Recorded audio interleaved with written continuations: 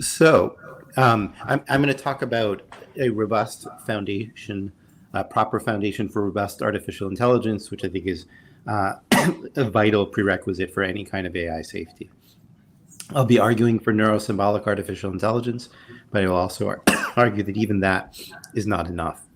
Most people, when they talk about a foundation for AI right now,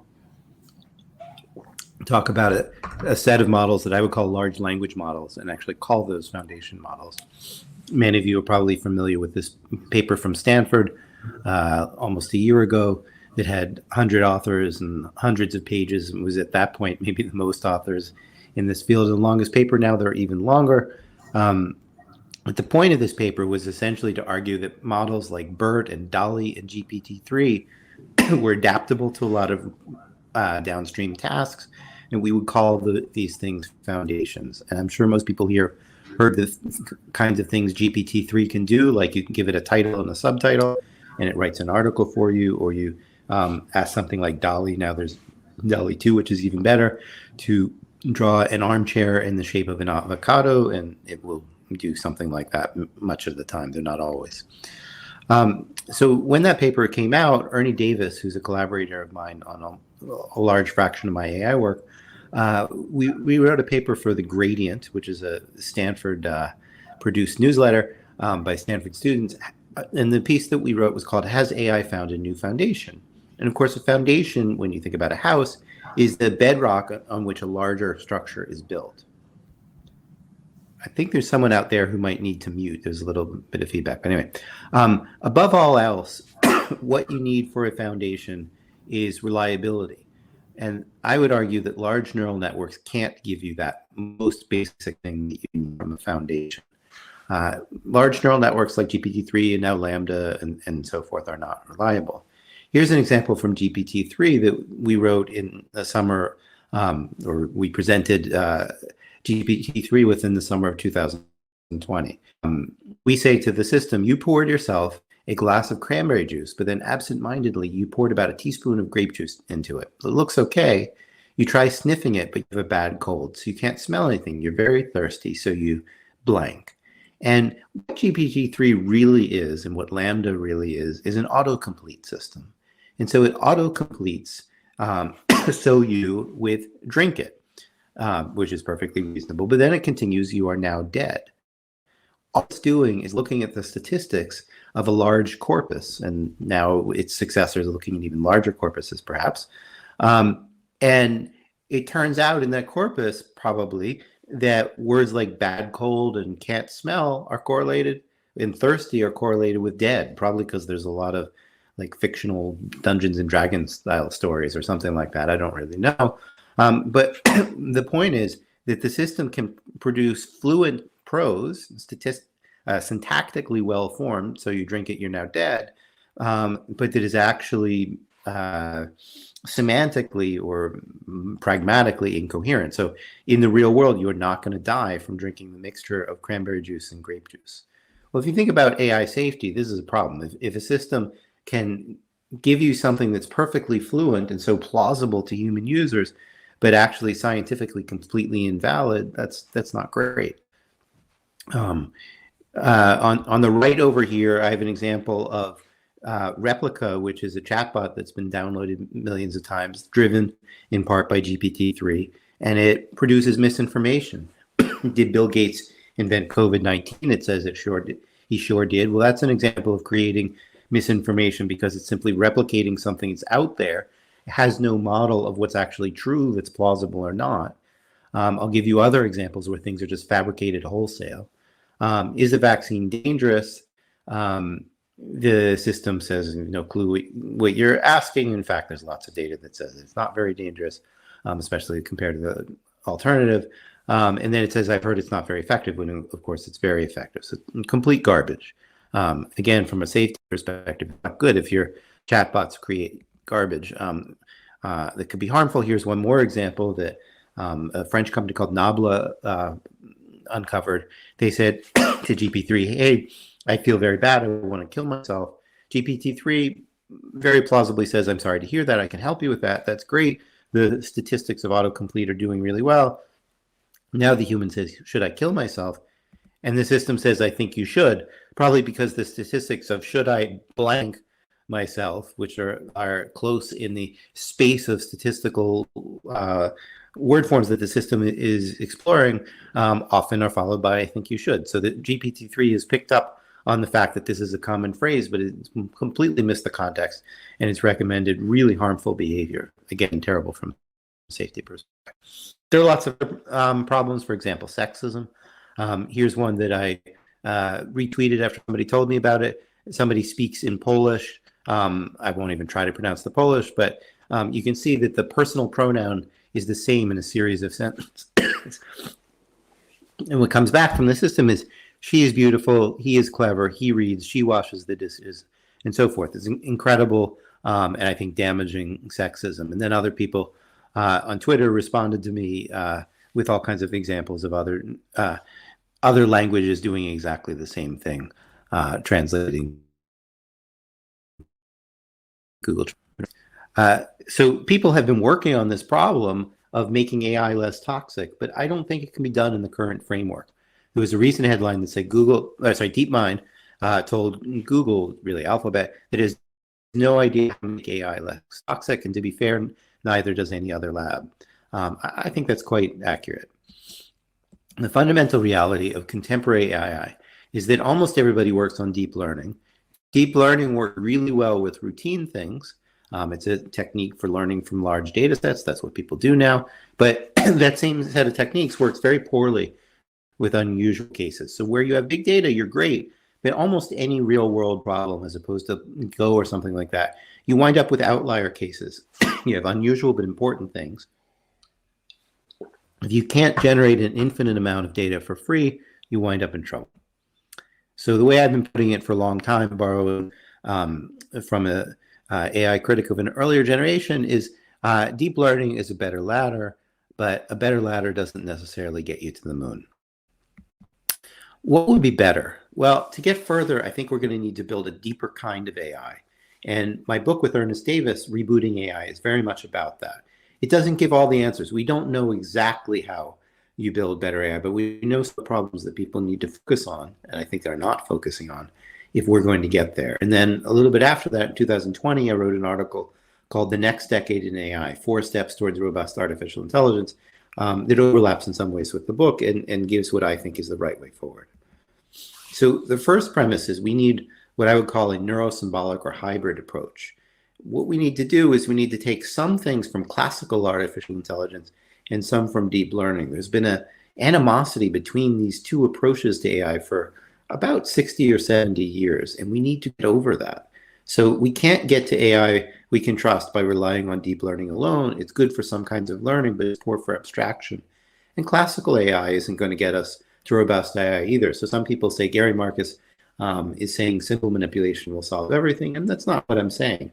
I'm saying that symbol manipulation, which is part of classical AI, is very useful. It's very good for abstraction, but people have not figured out how to learn with it adequately. What we really need are hybrid models that bring together these two traditions. Another way to put that is we don't need to just get rid of deep learning, but we do need to find ways to supplement it, because intelligence itself is multifaceted. If you think about what goes into intelligence, you have perception, you have language, you have reasoning, you have analogy, you have planning, you have common sense. Deep learning is pretty good at perception. It's not perfect, and we could talk about why even in perception it's not really safe depending on the context of the problem that you're working on. But in any case, deep learning has had almost nothing to say about these other problems.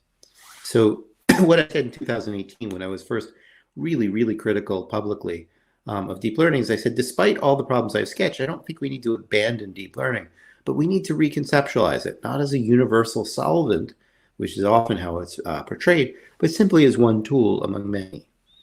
I was pleased to see this a few years ago. AI21 Labs built a neurosymbolic system that did much better than GPT-3 on question answering. It's still not artificial general intelligence by any means, but it used a combination of large language models from deep learning and symbolic systems and gave much more accurate answers on a lot of everyday work, and it's worth reading their white paper on this. The Achilles heel of traditional neural networks is what we nowadays call distribution shift. I've been pointing this out for over 20 years and was originally really ridiculed, I think, for pointing it out. It's now realized that this is a general problem. Let's say you have a function like identity. So you have an input, you want to produce the same output. If I train you a bunch of examples like the ones in green, let's say they're binary numbers on the identity function, the system will generalize to some. And that's caused a lot of confusion because people have thought generalization is a one-size-fits-all problem. But what we now know, and what I've been arguing for a long time, is that there's actually two kinds of generalization. There's generalization in the same binaries that are nearby to what you've been trained on. There's also generalization outside the distribution. So it turns out if you've only been trained on even numbers, that the odd numbers, which I have here in red, are outside the distribution. And standard multi-layer perceptrons, which are kind of the heart of deep learning, fail on this kind of task. And recently, Yoshua Bengio, who's one of the founders of deep learning, has been pointing to the same thing, the challenge of distribution shift. And that's the same thing, more or less, as what I was talking about with generalizing to small data. The small data is outside the distribution. These systems work poorly. This is why we really need to have hybrid kinds of systems. And this problem that I pointed out in the late 90s persists. So for example, if you train a system like GPT-J, which is a public version of GPT-3, where the database is accessible on arithmetic, it does better on the problems that it's been trained on than the ones it has not. Get that.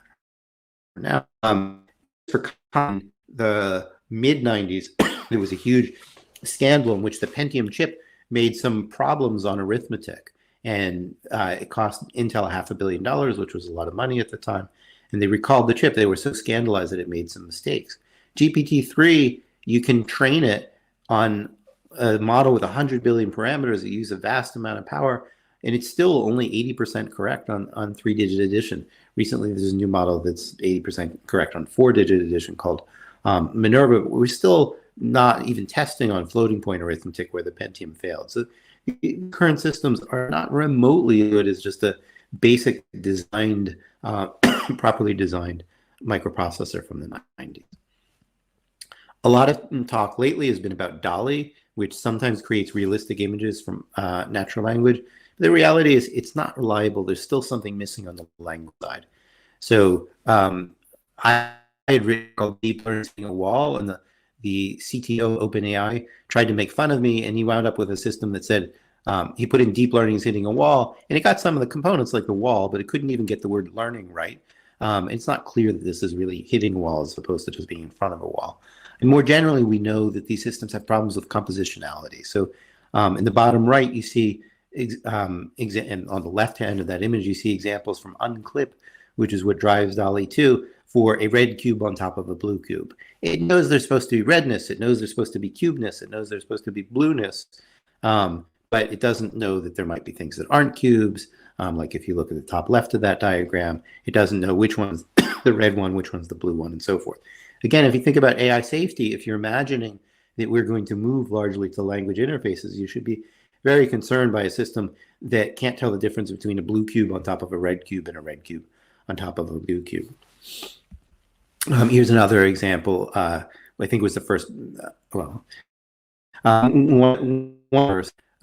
critiques of DALL-E by Davis and Scott Aronson and myself.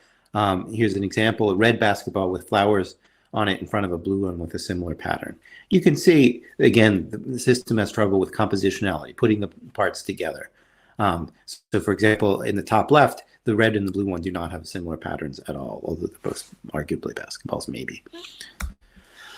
Second thing that we need is large-scale knowledge, and people just don't want to face this right now. There's a famous project called Psych from the 1980s and forward that tried to systematize human knowledge in computationally interpretable form.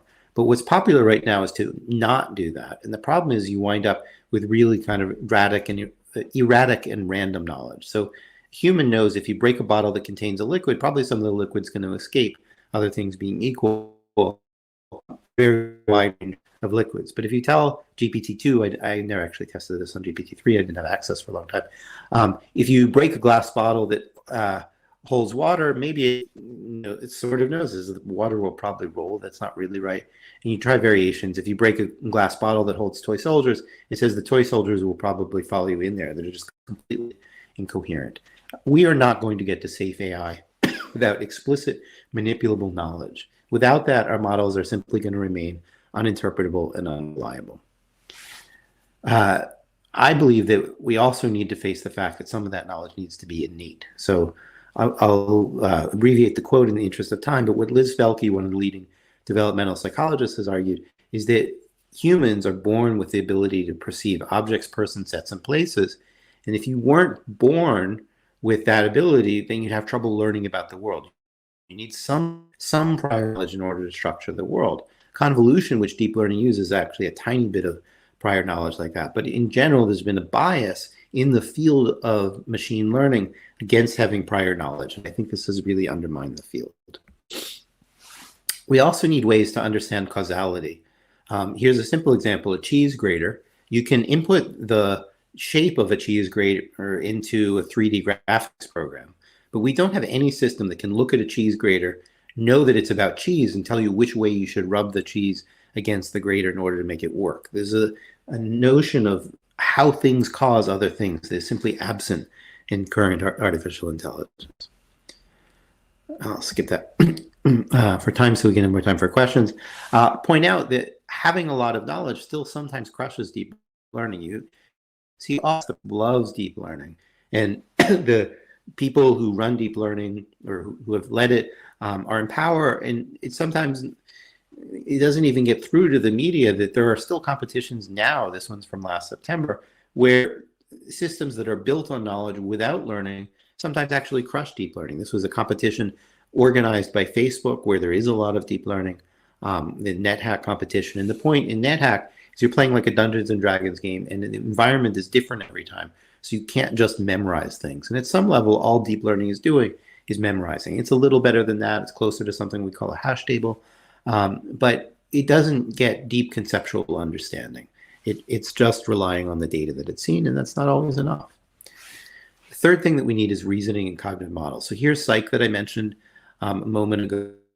Done a project to build in machine interpretable knowledge. And there are many issues with this system. We can talk about them in the discussion. I'm not giving a blanket endorsement of it. I think that we actually need to rethink how it works, but it shows in principle that you can do very rich reasoning. So this system is asked, when Juliet takes the fake death potion, does Juliet believe Romeo will believe she's alive during the time she's in suspension? That's a really sophisticated question, and the system is able to answer it well and to give a detailed analysis because it has rich innate knowledge about common sense in the world, and also rich cognitive models of what's going on in the scenario at a particular point. They're actually hand-wired in this system, and you would like them to be learned from context. But once you have rich knowledge, you can do really amazing things with reasoning that are well outside the scope of currently popular AI. We still have problems, for example, with fabricating information in systems that don't have cognitive models of the world. So here's Instruct GPT-3, which is a sequel to GPT-3 that's been built to be more accurate and more reliable, and it still just really isn't. So if a person asks the system, why is it important to eat socks after meditating, then the new system, which is on the right, will make up stuff like some experts believe that the act of eating a sock helps the brain to come out of its altered state as a result of meditation. That's just completely made up. So we saw earlier cases where the system would ape other people who say that Bill Gates caused COVID, which is of course false, but you have nonsense in the training corpus. This isn't in the training corpus. Nobody has said in the training corpus that experts believe eating a sock helps the brain come out of an altered state. The system has simply made that up. And because it has no model of the actual world, what experts actually believe, or what the consequences of eating things that aren't food might be, it's completely unfettered in its fabrication. This is a serious problem, I think, for the safety of the whole world. You know, AI safety can have many meanings, from kind of narrow, broad elections. What does AI do to electoral politics and democracy? And I think it's quite dangerous because it fabricates things routinely.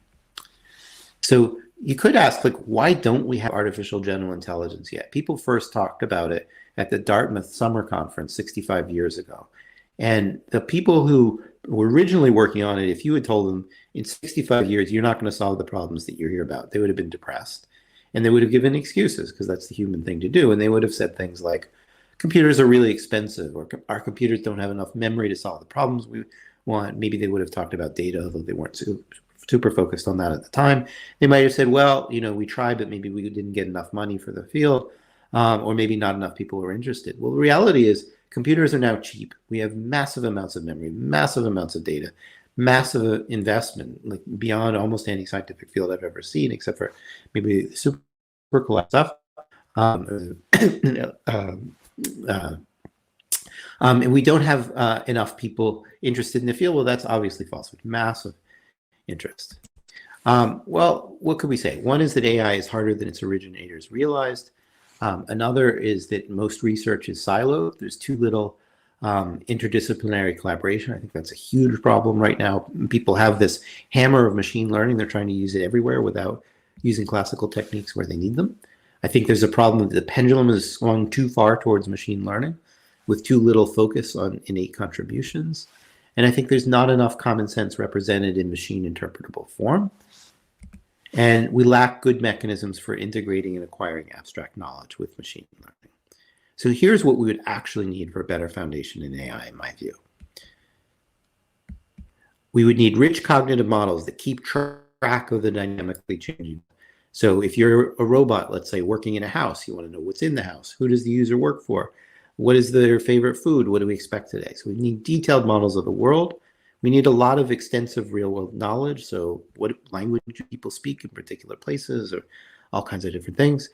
We need representations of relationships between entities. So you need to know if you're watching a video and somebody drinks some juice and the juice disappears, that the person might have quenched their thirst.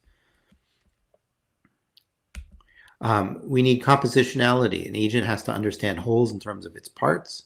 I won't go through the example in detail, but you need to, I already gave you examples where just understanding a red cube on top of a blue cube, you need to understand what a red cube is, what a blue cube is, and what the relation is between them. That's what position on. We need a lot of common sense knowledge about physical objects, mental states, and interpersonal interactions. We need reasoning. So you need to be able to infer that if two drinks are non-toxic and you put them together, the third drink will be non-toxic. We need human values. So a medical advice chatbot should not be able to recommend suicide. But I also want to say that the neurosymbolic hybrids that I've been advocating for 20-some years are not enough. We also need large-scale knowledge. We need rich cognitive models. And we need major advances in engineering methodology, which is what a lot of what I think AI safety should be about. We need techniques for building robust cognition at scale, for accumulating knowledge about how to put new discoveries into real-world practice. And we need to recognize that intelligence is multifaceted. There are many aspects to it. We simply expect one-size-fits-all solutions. Neurosymbolic integration is crucial, but it's not a magic bullet. So here's the summary. COVID-19 has been a wake-up call for AI. It's a motivation for us to build AI, to stop building AI for ad tech and news feeds and stuff like that, and start building AI that can really make a difference. Deeper AI might be able to do things like read, digest, and synthesize vast and rapidly growing literatures like the medical literature and scientific literature in general. Might help us invent new technologies for things like addressing climate change, power robots to take on some of the risks that human healthcare workers have faced, and so forth. But to get to deeper AI that can operate in trustworthy, safe ways, even in novel environments, we need to work towards building systems with deeper understanding, conceptual understanding, not just these are the statistics I've seen before, but like what is a juice, a toxic, and so forth, not just deep learning. So we need to work towards deep understanding. The best way to get started on that journey, I would argue, is to focus on developing hybrid, knowledge-driven, reasoning-based systems with rich cognitive models. And I thank you very much.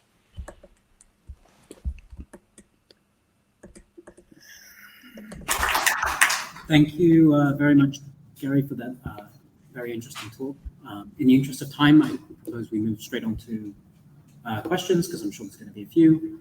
Hands up for questions. Am I still sharing?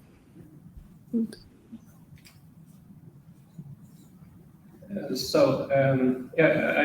might sound disagreeing with you, but I generally agree with most of the things you say. But when you say from a safety perspective and look at these large language models, and you get things like elaborations on eating socks and so on, why is that not expected behavior from autocomplete system? And should we really expecting it to do something that makes sense from given what it is and how it was trained and how it was built? Is that the correct way to go about it? Should we have this system that can handle all kinds of situations, or should we rather match a system with an appropriate problem? Well, I mean, I think that's a fair question. And there are sort of two ways you could go. One would be you try to narrow the scope of what you apply the systems to. And the other is you try to make the systems expand out to the things that you have applied them to. What I have seen is basically hubris. I think people believe that the deep learning systems can do anything, and they're applying them to all kinds of things that I think are outside their scope. So that includes driving and chatbots. There are problems where I think they're probably fine, like recommendation algorithms. So you read this book, maybe you like this other book, that's fine, they're appropriate for that. But there's a strong temptation, partly because the systems have such broad coverage, to apply them very broadly. So, one possible world would be to say, let us not do experiments with driverless cars on public roads until we build a better technology, and to acknowledge that the technology that we have simply isn't good enough. But the real world is that people are trying to take the current technology, which is not good enough, they're putting on public roads, and people are occasionally dying. And that's not the choice I would make. But given that people are beta testing their things on public roads, I think we need to improve the quality of AI. So there's some sort of tension there.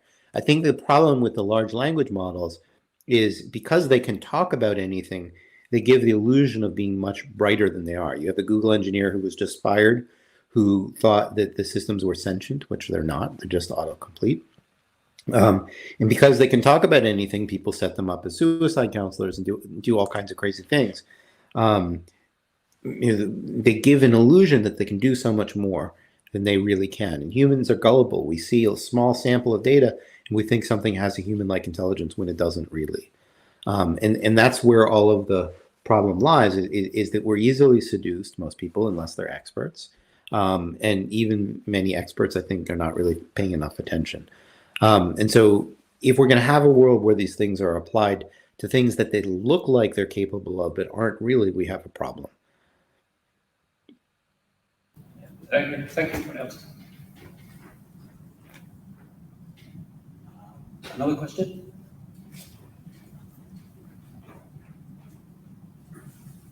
Hi, Gary. Luis Aranda from the OECD. It's very thank you for the talk. It was very. You just got muted mid-question. Sorry, my bad. Related, sorry about that. So I missed the question. Yeah, I was just saying, related to the last question and the last answer, there seems to be a big role for policymakers, not only about regulating things, which could harm innovation, but you mentioned trying things out before they go public. Could be reference to sandboxes and other approaches like that. So in your opinion, what is the role for policymakers here? What are some alternatives? What can we learn from things? I do believe that some of the experts don't agree on most of these things. Policymakers, I think, are a bit lost. They're not experts on what to do. What would you suggest? Thank you. I guess there's a few things. One is, I think we live in a world where policymakers need to become AI literate, and to realize the limitations of AI, and they have to put some work into that. In the same way that policy makers need to be numerate and literate. So, there is a new requirement, and of course, nobody has extra time for new requirements. But I think that there is so much at stake with AI that we need to give policymakers the training that they need. Part of why I wrote the book Rebooting AI and why I'm doing a Substack, garymarcus.substack.com, is to try to help policymakers to understand the realities there. I don't think we can make good policy around AI if we treat it as a kind of magical elixir that's one size fits all and can do anything. I think without some realization of strengths and limitations, and also the fact that it's a dynamic field that's constantly moving, I just don't think it's possible for policymakers to do a good job. So that's one thing. Second thing is, I think we need to make policies that are a little bit more punitive when bad things happen, such that the large companies have more incentive to test things internally before they take them public. So, for example, if companies spread misinformation, then it's not the government's job necessarily to tell them how to stop that information, but to say that if you do that, you will be punished.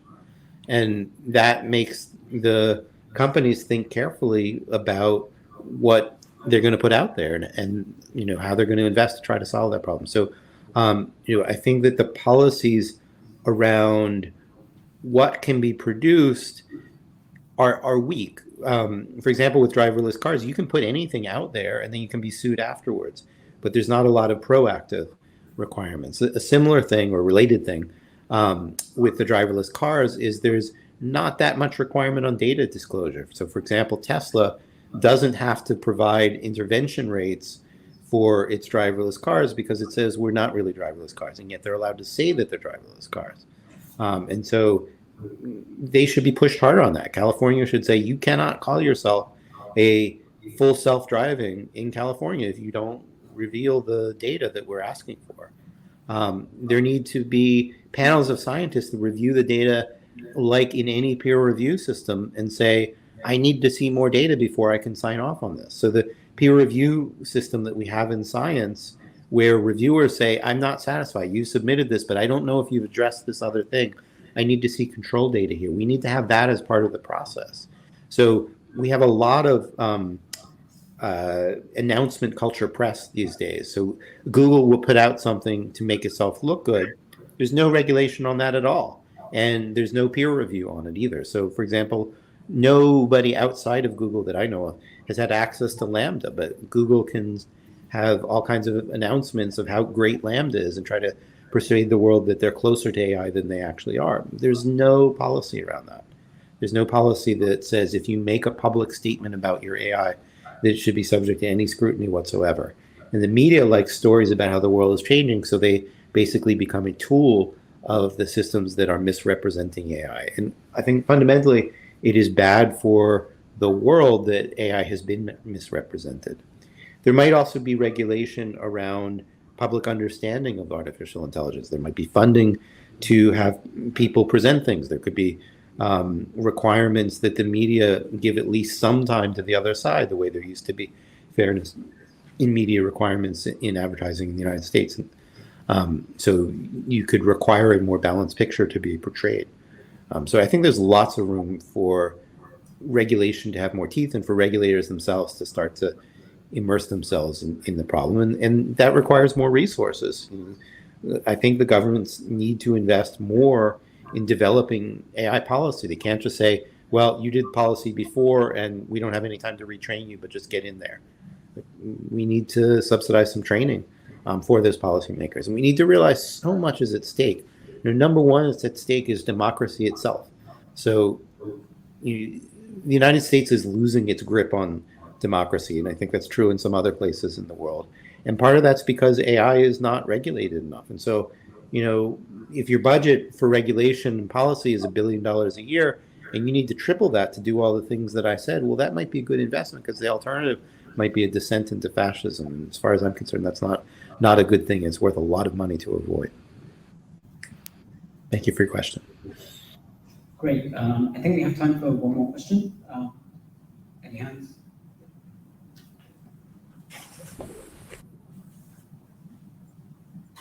Thanks, Gary. Quick one.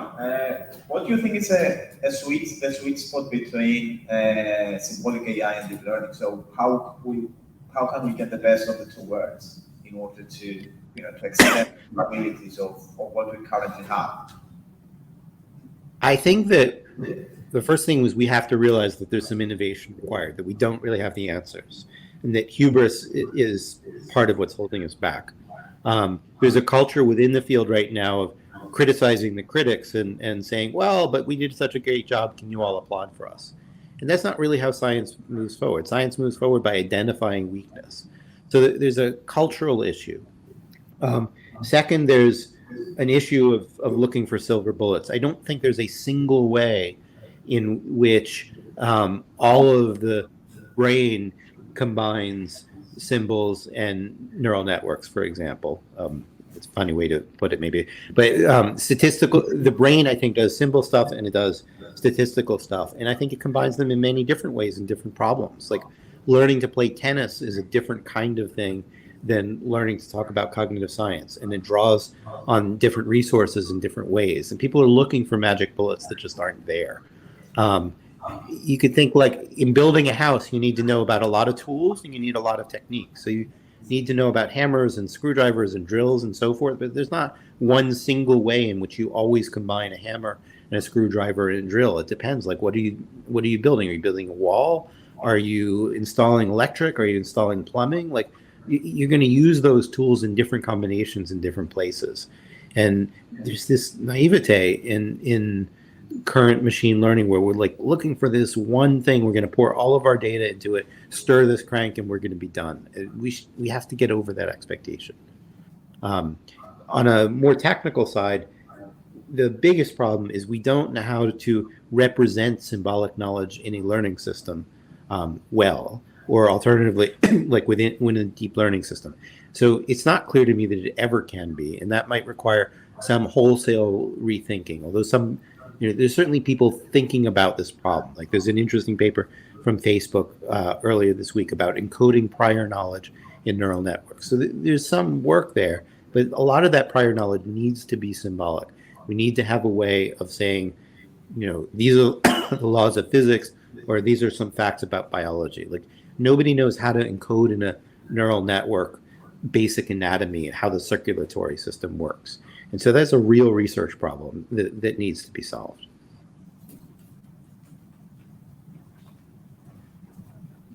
Great. Anything else? I'd like to thank you again, Gary, for taking the time to accept the invitation to the workshop and taking the time to come and visit today and join in. It's been great.